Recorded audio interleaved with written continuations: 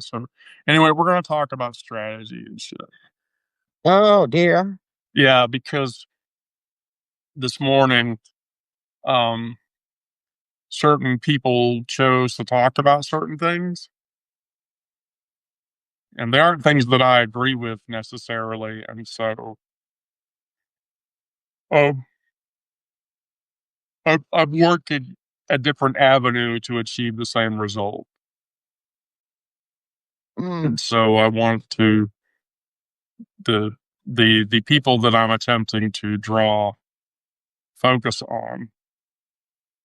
Yeah, and then we're just gonna talk about random shit. But okay.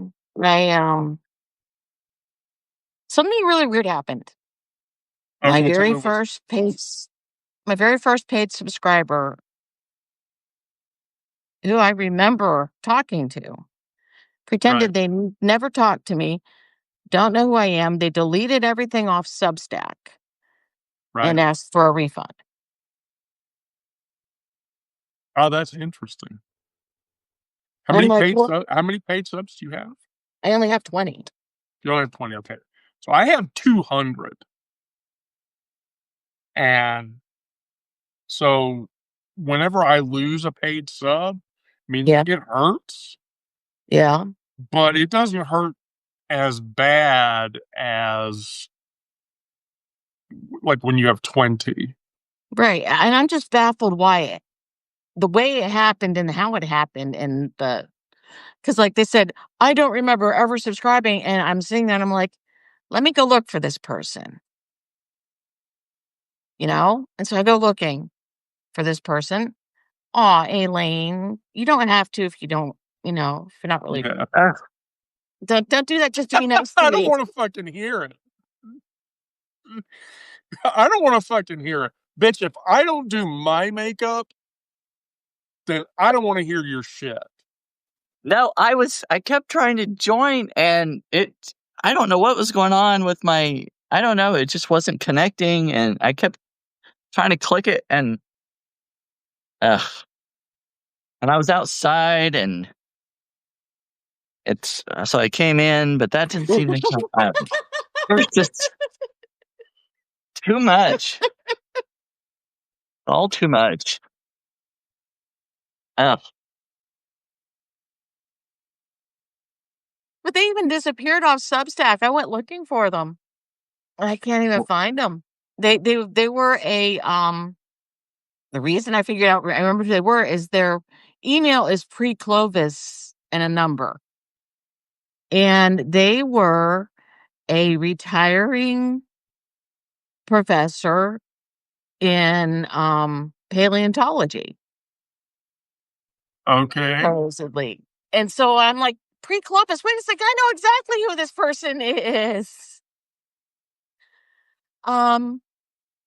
What I don't remember is what their actual name was. And I went looking and all of their like comments and stuff are missing. Everything just kind of disappeared on me. I'm going, wait a second, this is really weird. So I feel weird. So here's the thing.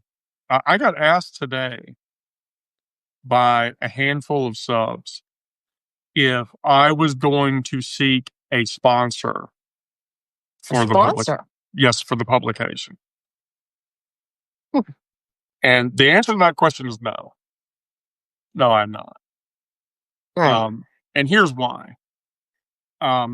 I have a very finite amount of limited ad revenue that's going into Google Ads. Now, here's the thing. I'm Google AdSensing the domain now, and I'm Google AdSensing the collective domain. So when the collective or Wendy the Druid take ad revenue, I'm converting that ad revenue into clicks and views.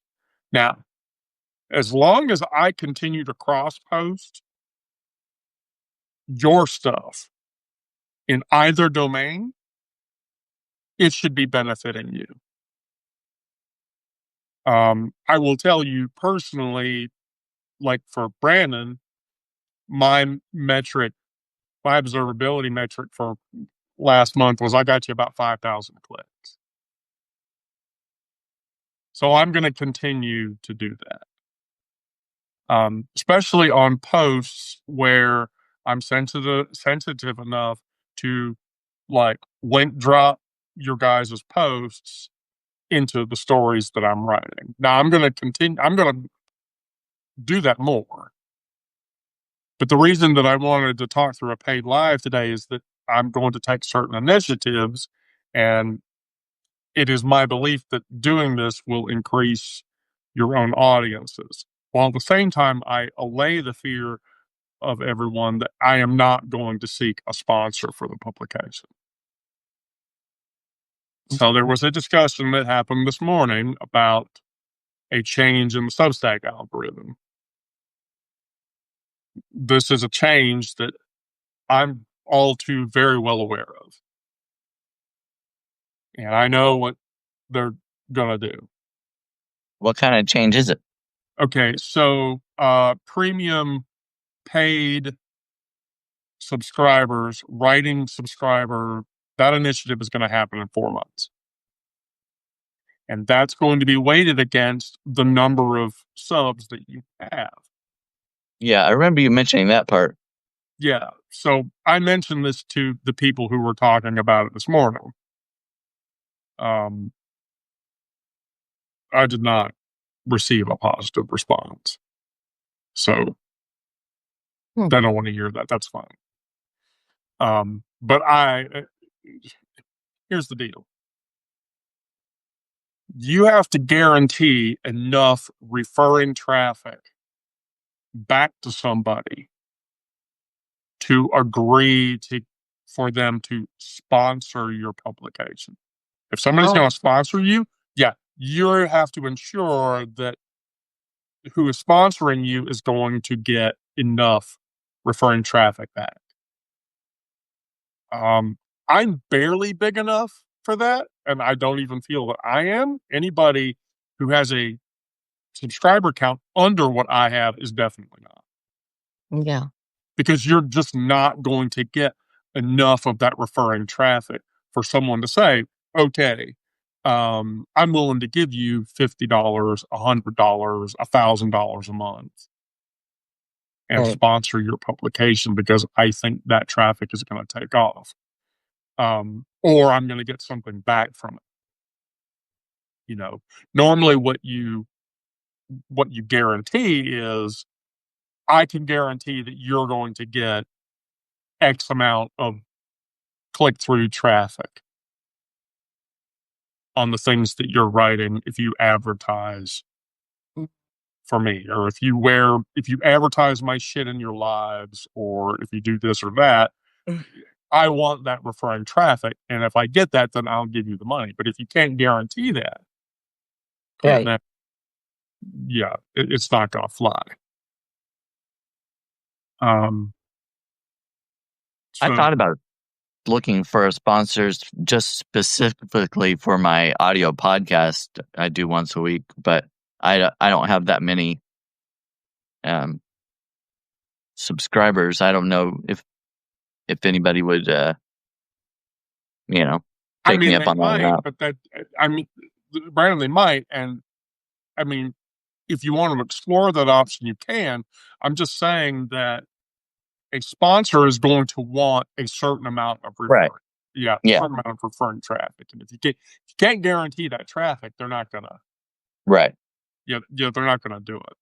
And so to organically cross-pollinate, so I'm gonna sort of just let you know how have I done this at this point?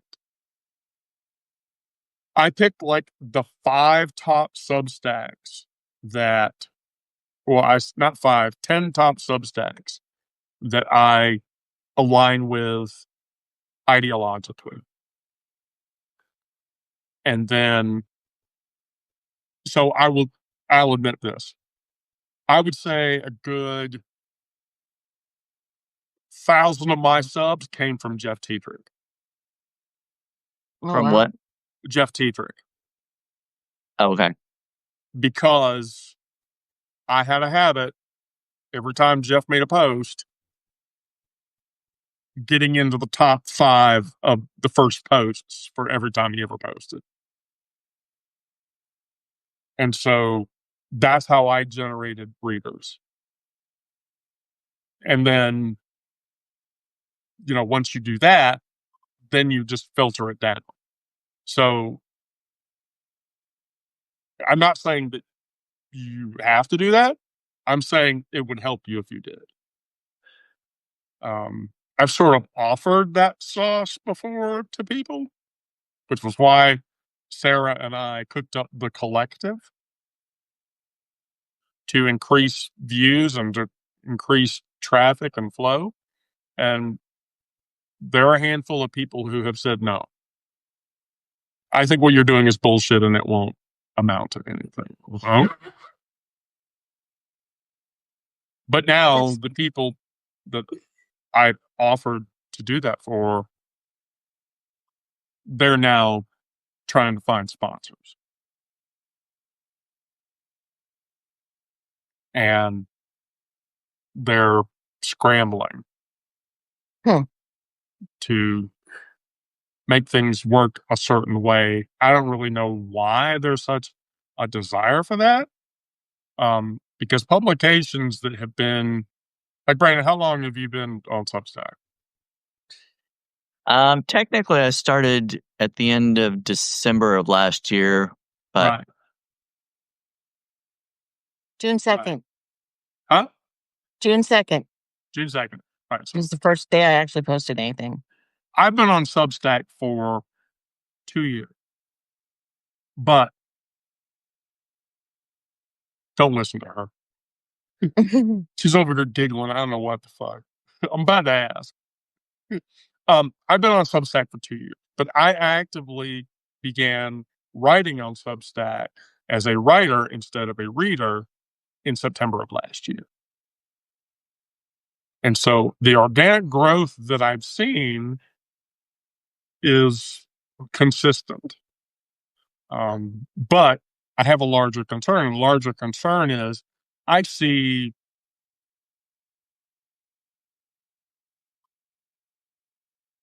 hold the fuck on.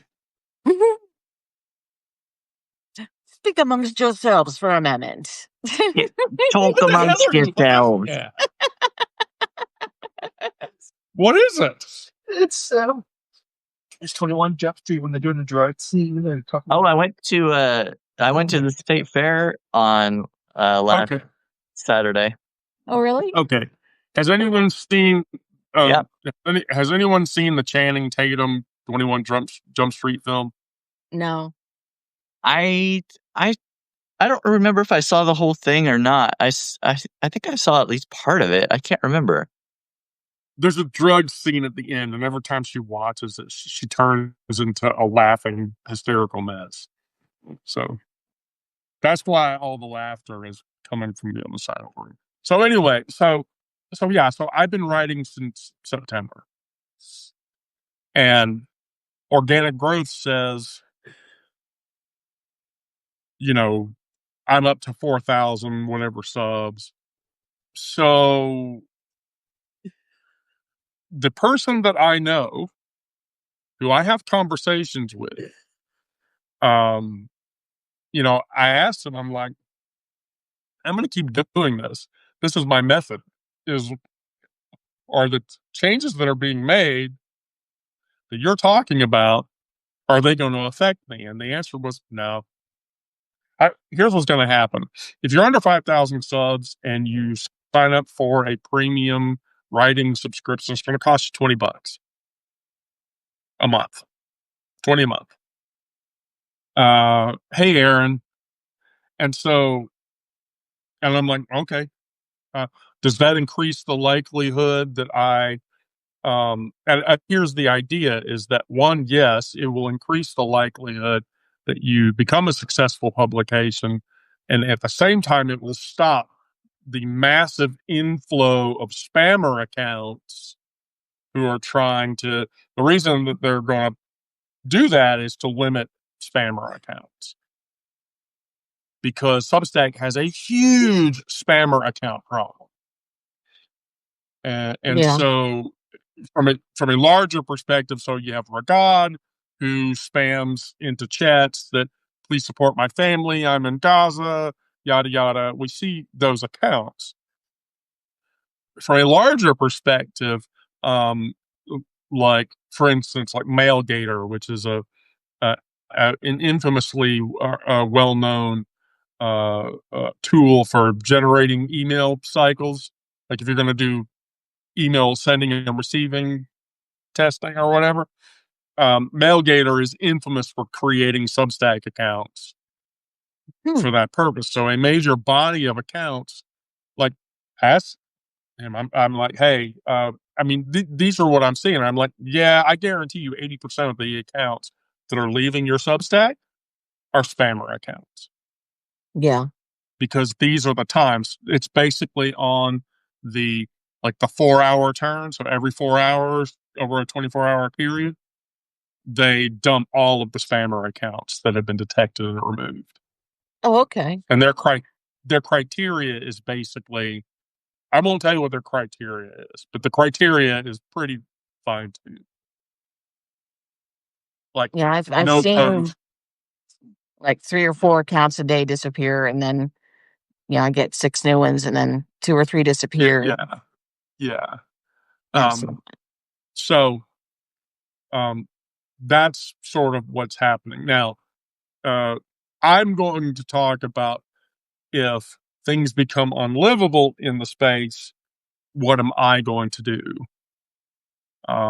Because people are talking about going to Beehive and going to Ghost and going to MailerLite and etc. Okay, I've done all the research, and so if I jump, Mhm. if I jump, um, I will tell you that I will probably go to Beehive, and I will guarantee that everybody who is a yearly or monthly sub gets their sub carried over at the same cost and the same price variation that their subs cost them when they got them. And I would guarantee, I basically will say this.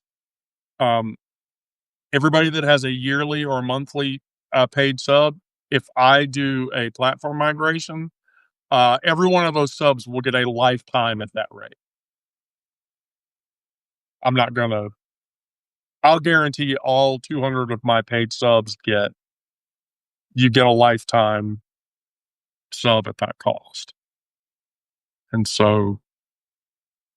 Are you already on Beehive now? No. I do have an account with them just as a contingency plan. Yeah. Because I'm a contingency person. But from my perspective, even if I migrate the publication to Beehive, I'm still going to byline with Substack. I'm still going to do Substack lives. I'm still going to support my readership. I'm still going to, that'll be a slow phase. The people who are like Jeff Anderson, love him to death. He jumped to Ghost, but he did his Ghost migration over, I think, like a 6-month period. That's too quick. That's too quick. Much too quick. And then two, if I go with Ghost, I'm going to go multi-domain, and here's why. I'll go multi-domain, and I will use my multi-domains for you guys. The paid plan on Beehive, for instance, I believe it allows for 5 domains. I'm willing to eat that cost to give like the 3 or 4 of you your own domain references. Of course, that means that you're going to have to take up space, but I don't think you're going to take up any more or less space than I do. And I can marshal out accounts separately to people who want them. And then I'm just going to recycle that cost. So the monthly Beehive cost gets recycled back from my paid accounts so that it will never disappear. It'll never go down or whatever. But that's only if somebody is willing to migrate away. I'm willing to eat that cost for the sake of preserving a set of publications, not just my own. And that's because, unlike other people who are sort of taking this singular approach, I think it is my belief that the way to be successful in all of this is to collaborate and to include people. You can't build community and then say me, me, me, me, me, me, me, me, me, me, me. And I'm not about to do that. I won't ever do that. You know, even from my perspective, it's difficult for me to do paid only lives where we talk about this shit. Because I feel like that's exclusionary, but at the same time, too, I give a shit about the publication because I'm trying to depend on the publication as my livelihood, because I sure as hell don't want to be door dashing for the rest of my life, because that's painful and it hurts. But if I contribute to your well-being, if I contribute to your community growth, that causes my community to grow. Right. And, you know, from my perspective, here's the beauty about it. From my perspective, I don't care if you guys smoke past me in growth. If you did, great. Well, that just should benefit everybody if we're all But working together. Yeah, but the purpose is to preserve that community. Because to me, the community is more important than the internalized focus. And two, I mean, I've said this repeatedly. If I ever got to like Jeff Tiedrick's level of financial restitution, I'd be giving a bunch of it away. You know, Jeff Tiedrick let it go that he makes about $28,000 a month. Oh, wow. So here's the deal. If I ever got that high, I'll just put it this way. The minute I get over $8,000 a month in revenue, any more I make over that, I'm going to give to other people. Yeah. Yeah, I don't understand. You know, Funny. I'll put it this way, Brandon, you want $2,000 a month? I'll hire you as a writer and I'll support your publication and I'll give you a domain and then I'll give you $2,000 a month on it. Yeah.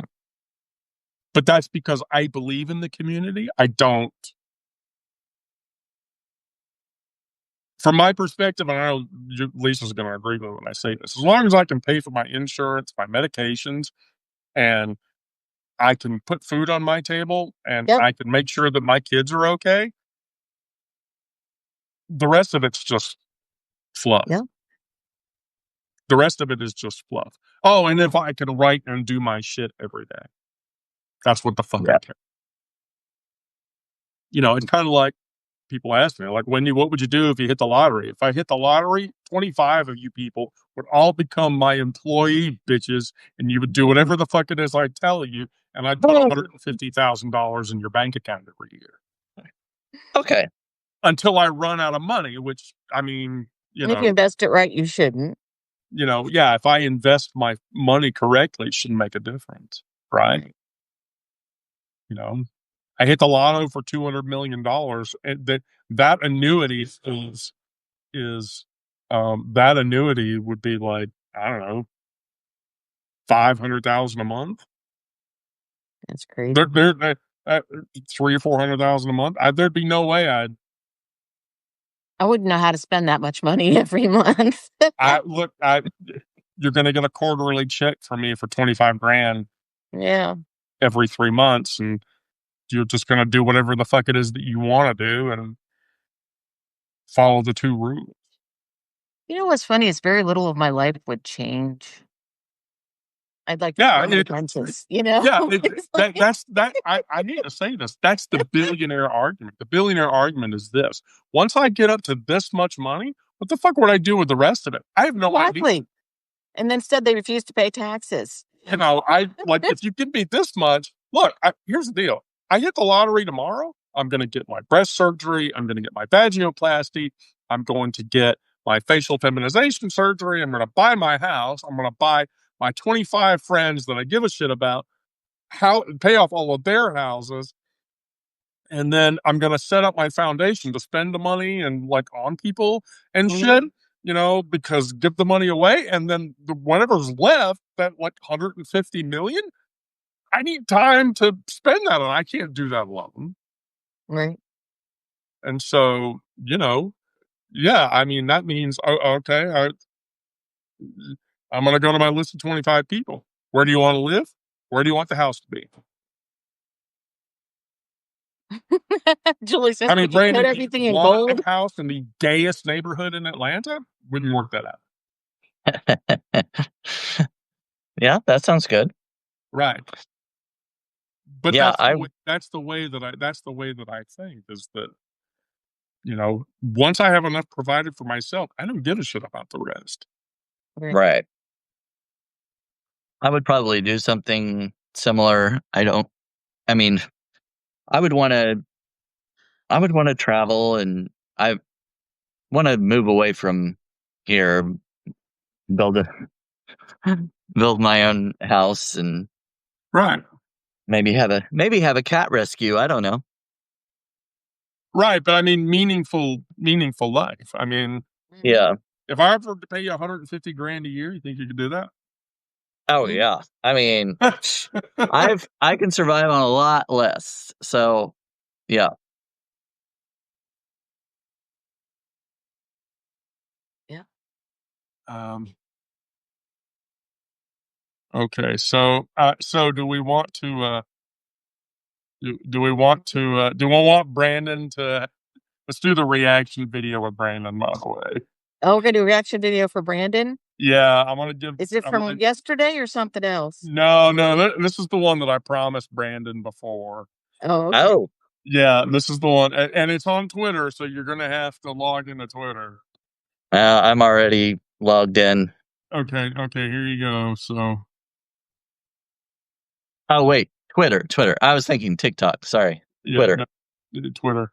Yeah, here you go. Yeah. All right, there's your link. There's your wait, hold on. There's your link. Right. I remember you saying it was Legend of Zelda. Oh wow. Did you send it Substack? Yeah, I Substack DM'd it to you. Okay, hold on.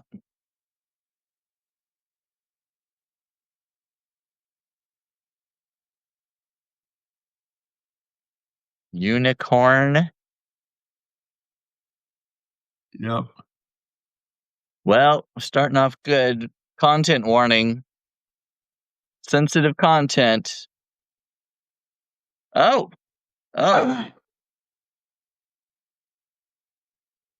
Well, that first scene. I mean, should I turn on the sound? Does it matter? Oh. Wait till you get to the S&M bit. Oh man. S&M? How long is this video?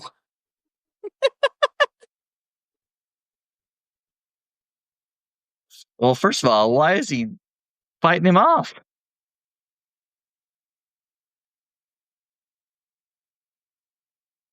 Link, I had no idea you were so endowed.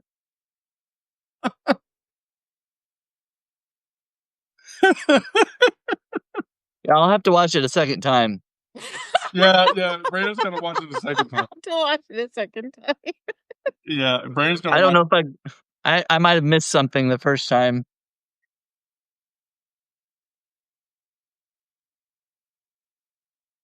Wow. There you go, Lisa. If you're on your computer, go look at your Substack DMs. Okay. I've got both going, like usual. But if you click on that link, I'm not responsible for what happens. That's what I'm worried about. Well. Goodness. Oh, okay. I don't think we don't need to see it a third time. No, definitely not. I'll just save that for later.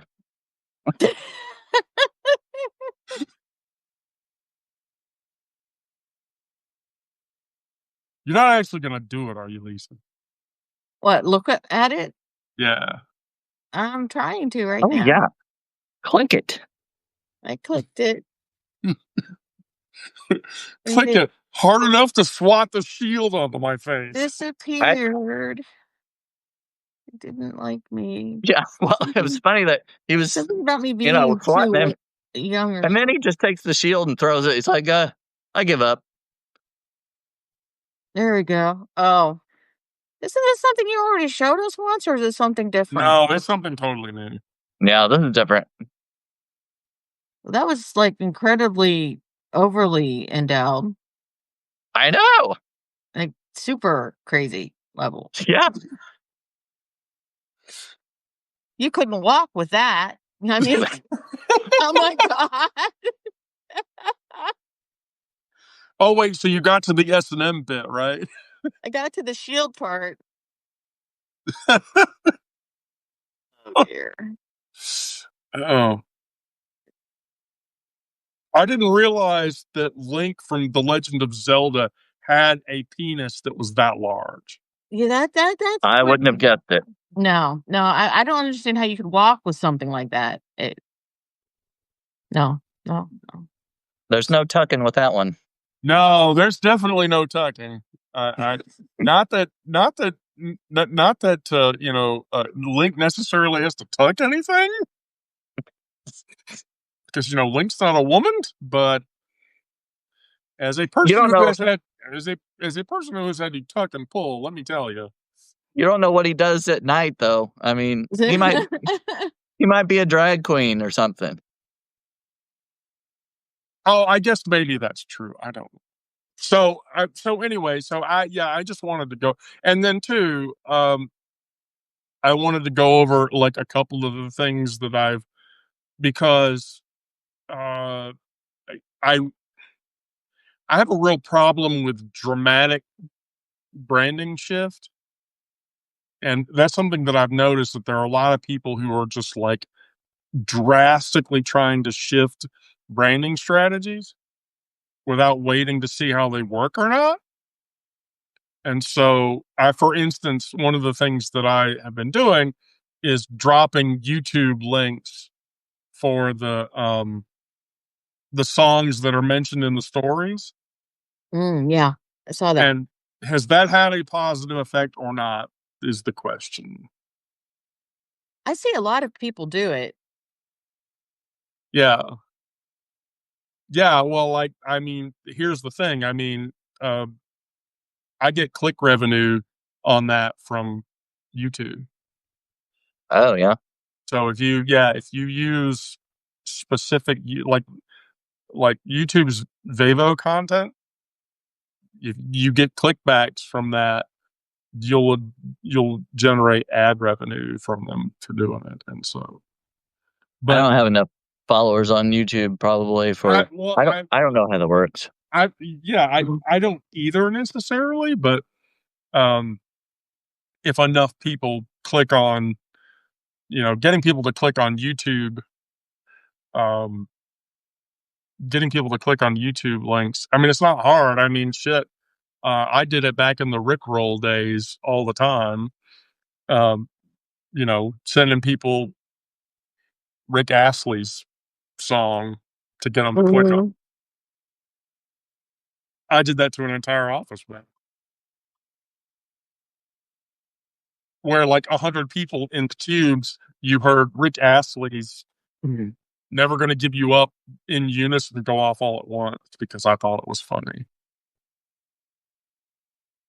Of course, I've also done other things. Yes, worst song of the '80s ever. Never Gonna Give You Up. Brandon, I'm never. Brandon. Oh, God damn it, Brandon! I wish I knew how to quit you. Never gonna give you up. Never gonna let you go. for some reason, I'm not. Wanna My phone run. isn't showing me the chat at all, so I don't know what's going on there. They're making changes today. I know for a fact that there are some pushes going on. Maybe that's why I couldn't accept the video invite or something. I kept trying to click on it, and I was changing my internet, and nothing Yeah, was. the notifications system changes are happening today.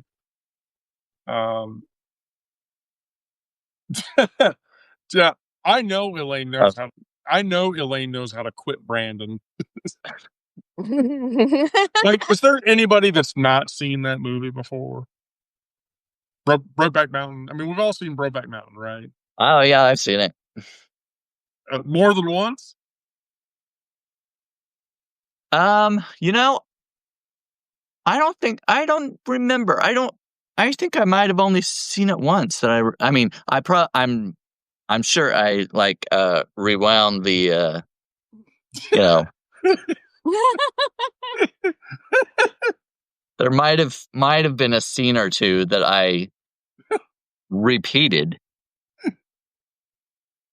but not sure about the whole thing. I don't know about that, but yeah. Well, like, here's the thing, like gay cinema. Well, we have 15 minutes, so like gay cinema or queer cinema. There are a number of gay films that I consider like my favorite gay movies of all time, and I'll watch them on the drop of a hat. Hurricane Bianca happens to be one of them.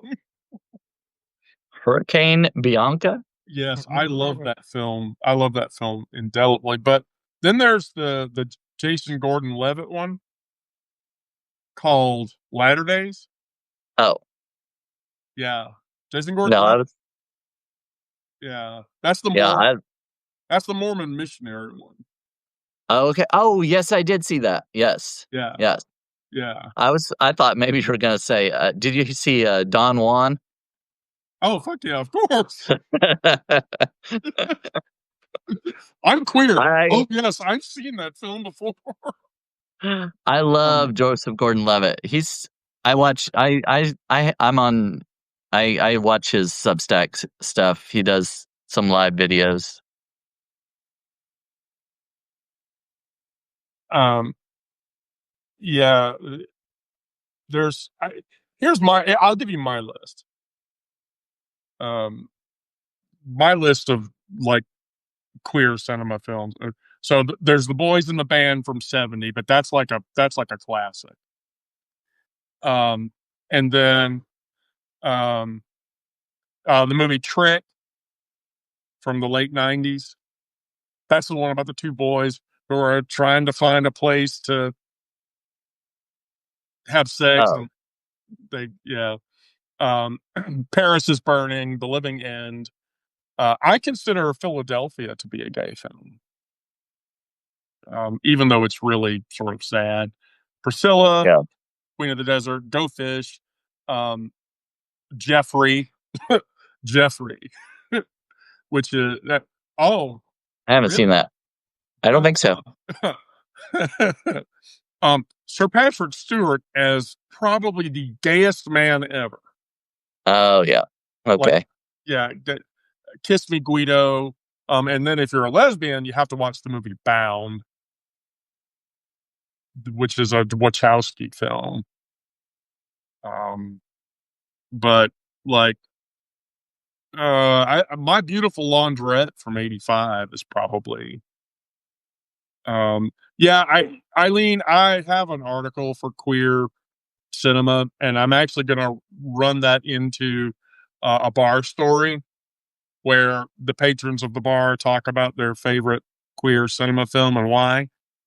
Um, but like the lesbian specific ones, like Byzantium, Tangerine, But I'm a Cheerleader. But I'm a Cheerleader is a great film. My problem I have with that film is fucking RuPaul was in it.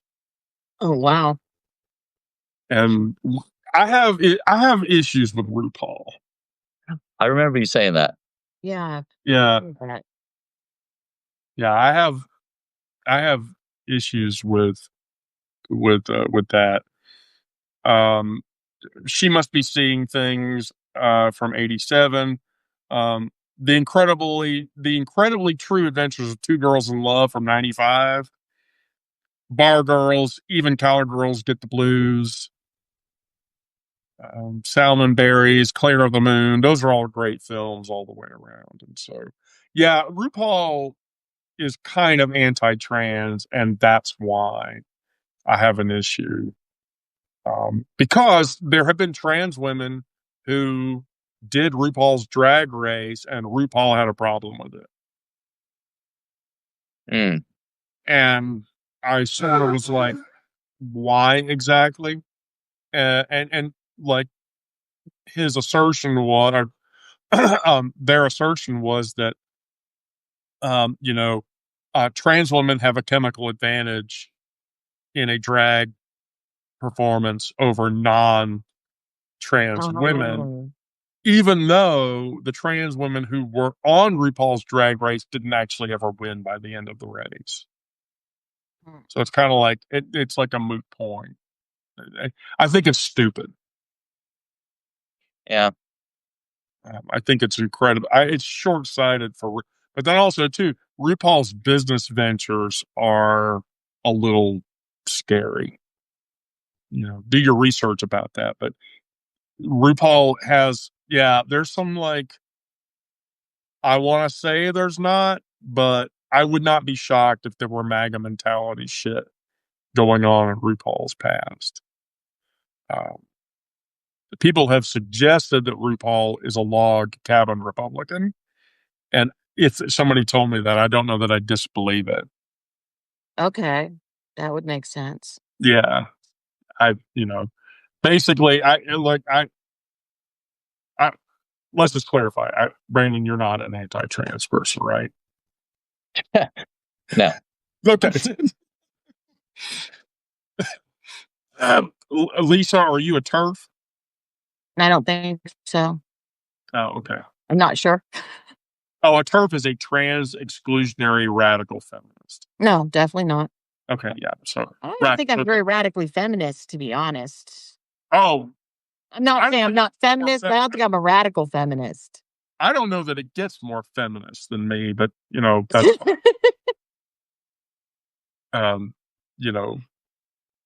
yeah. But anyway, so that's like a thing or whatever, and um, so yeah, there'll be a queer history article That'd be good. that it'll be a bar story. It'll happen in a week or so, and it'll be about everybody in the bar. Which, by the way, Brandon, you have to tell me what your favorite gay cinema film is, because you'll get included in that story. Yeah, I'll have to think about that one. I've seen a bunch of like independent ones, that you can watch on free on like Tubi and stuff like that, but Oh, are you a Reverie subscriber? no. Yeah, Reverie is like, that's the queer Netflix. Oh, okay. Yeah. No, I but don't pay for any streaming anymore. Yeah. Reverie.tv. Here, I'll drop it. They have a bunch of original content. And it's really good stuff. It's very entertaining. Reverie's not bad to watch for their free. I think you can watch it free. Okay. But yeah, there's like a bunch of really good. Do you have to sign up? Let me look. Oh no, you don't. But they have live TV, live movies and shit. Oh, cool. Yeah. Reverie it's a really good. But I mean, like I said, that's if you're looking for just like pure gay cinema, Yeah. then you'll find it. Um, but there's Here you go. There you go. There's the link. Okay. So, not to twist anybody's arms into watching queer cinema, but maybe I want to. Yeah, it is free. Yeah. Just like Tubi, I think you can pull that off or whatever, and it's cool. Yeah, I like live on Tubi, but it's mostly watching documentaries. Well, the thing about Tubi is that Tubi has like all the old TV shows. Mm-hmm. Like if you Yeah. want to stream, I think Airwolf, you have to watch it on Tubi. They've got 4 seasons of Monty Python right now. Oh yeah.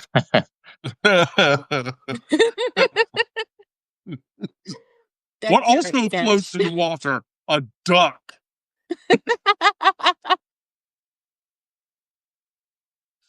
She's a witch.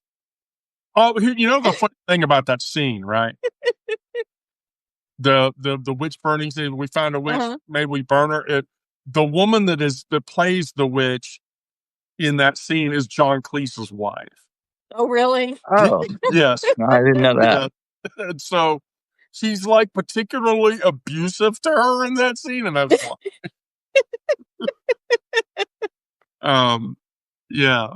Also, like I saw an interview with Cleese and Palin, and Gilliam before. I think Gilliam's dead now. And they asked like, what's their favorite scene in the whole movie? And Cleese said that his favorite scene in the movie is the fucking rabbit. Mm-hmm. That is a great scene. What? was pretty Fucking fun. rabbit? No, it is the rabbit.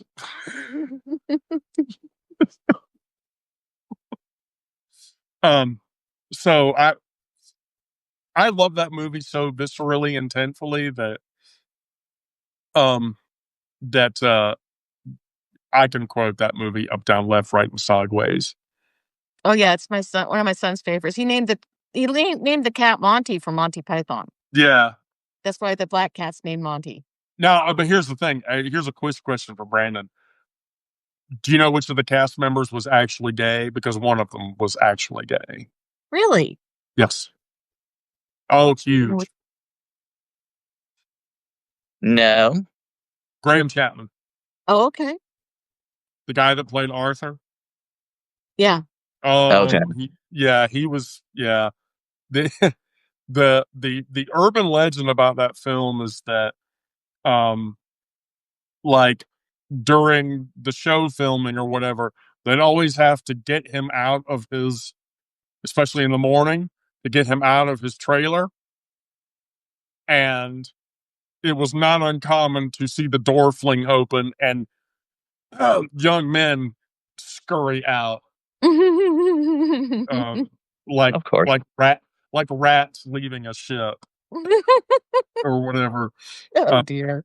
Yeah, but that was like, and he was not a particularly safe practicing individual.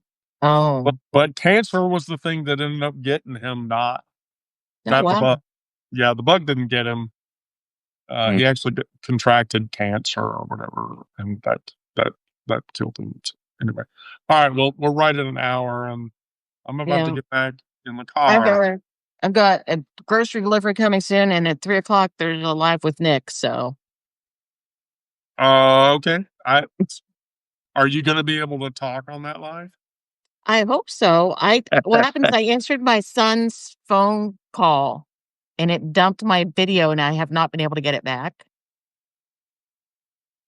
Oh, just reboot your phone. Okay. Yeah, just reboot your phone. No, it was just more talking about the fact that Nick tends to. Yeah, I've noticed that. And then he Yeah. catches himself and asks me to put something in, and then he Yep. starts again. So I think he get. I think he gets focused, Mhm. and then he doesn't pay attention. He gets excited. Yeah. He gets excited. Yeah. And Yeah. Rick does the same thing. It's just that usually when Rick does it, it's about something I agree with him about. and it's going to be something I'm going to say anyway. So I let him. Edward, I have 29 parts of the deconstruction of Christianity written. Um, uh, uh, 29 parts of deconstructing Christianity. That's all written. It's all scheduled. I'm just not dumping it day after day. I'm doing it like every other day, so that I don't flood you with it. But yeah, trust me, by the time you get to the end of that series, you're going to know exactly what to say to a Christian to get them to leave you the fuck alone. As a matter It of looks fact, like one of the parts is if faced with a Christian who says these things to you, here is how you reply and get them to leave you the fuck alone. looks like Because you got a DoorDash order. that's do what? It looks like you got a DoorDash order in the chat. Oh, I'm not driving out to Kansas City. You no way. Elaine, I'm just gonna tell you, to get me to drive out to Kansas City to deliver you Taco Bell, here's what has to happen. I better get a tossed salad. Oh. You said you'd come out if I get a tattoo. Yeah, and if I had the money, I'd pay for it too. No, I'm just waiting for oh, here we go. All the Jack in the Boxes in Kansas City have been closed for a couple of months. That sounds horrible. Yeah. All right. So, wish me luck. I got my four people. I'll tell you, when I drive alone, I get very panicky. And there are people that know this because there are people in this chat that have talked to me while I'm in the car driving around delivering shit. I will call people, usually a paid subscriber, by the way. I've talked to Karen on the phone in the middle of a panicky moment. I've talked to Sarah, Aaron, a handful of other people. Just because I like talking to somebody sort of causes my panic attack to go the fuck away. I've talked to Elaine. Grounding. Yeah, it's grounding. I've talked to Lisa Johnson on the phone or whatever because I know she's at home.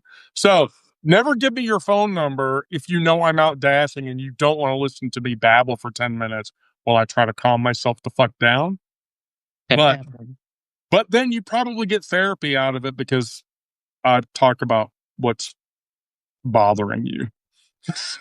Yeah, I've called Eileen G even during a panicky moment before. So this is what happens when you become a paid sub. When you become a paid sub and I get your phone number, if I think you're at home and not working, I call you because I just want to talk to you because I think it's cool or whatever. And so that's why when we're on live and I tell everybody, if you become a paid subscriber, you get to talk to me on the phone eventually. There's a reason for that.